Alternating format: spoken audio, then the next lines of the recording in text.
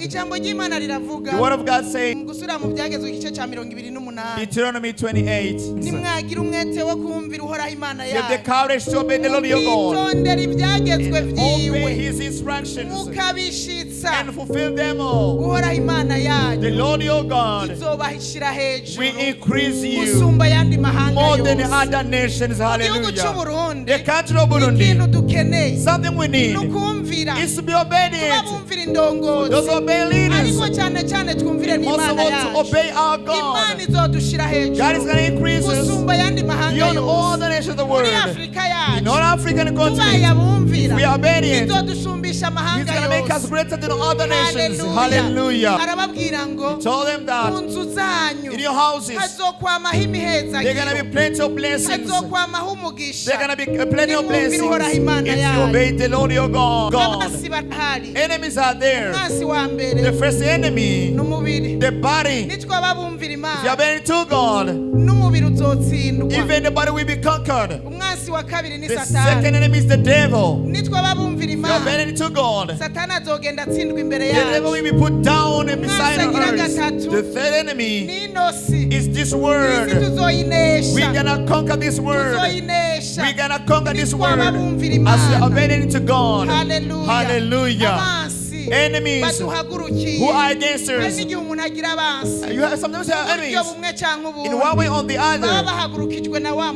mugwanizi brought by the very enemy. kandi barya And those ones nabo nyine bariko bagwanya who ikikurimwo are fighting what you have within you. abo bose All of them bazotsindirwa imbere be yawe put down before bumvira Imana as you obey the Lord your ngo God. bazozanana inzira They're gonna imwe come through one way. basubire inyuma mu nzira They're gonna be cast in 7 ways. haleluya Hallelujah. haleluya guhora hazorungika umugisha ubane The nawe Lord will send blessings to us. noneho duce duhinduka isoko We're ry'umugisha gonna become springs of blessing actually. guhora hazotuhagarikira The Lord will stand for us. tumubere ihanga We're ryera gonna be His holy nation. icoma mu Burundi I bwacu pray that in our Burundi tukaba bumvira Imana we'll be obedient to God. icoma mu Burundi I pray that in bwacu our country tukaba bumvira we'll be indongozi obedient to the leadership. nagira ndababwire yuko Let me tell you that guhora the hazoduhagarikira Lord will stand for us. naho hoza amahanga menshi Even though many nations may come against us. akaturwanya hajya mwibaza Actually, do you think iyo twemera ya mategeko if you had accept those y'abagira ubukwe bahuje ibitsina gay laws, mwibaza ko ariho twari kugira do you think we umugisha will be blessed actually? twari kuba We tugowe will be in trouble. ariko twarabyanse But we say no to Imana that. bitakiraduhagarikira God was on our side actually.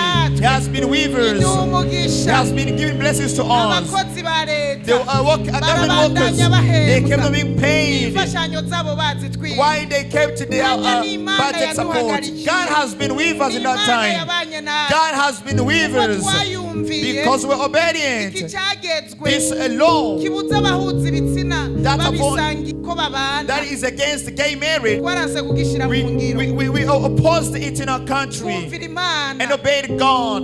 nayo ishitugirira And He neza has been so good to us. Hallelujah. Iraduhagarikira. He stood for us. Hallelujah. Hallelujah, man.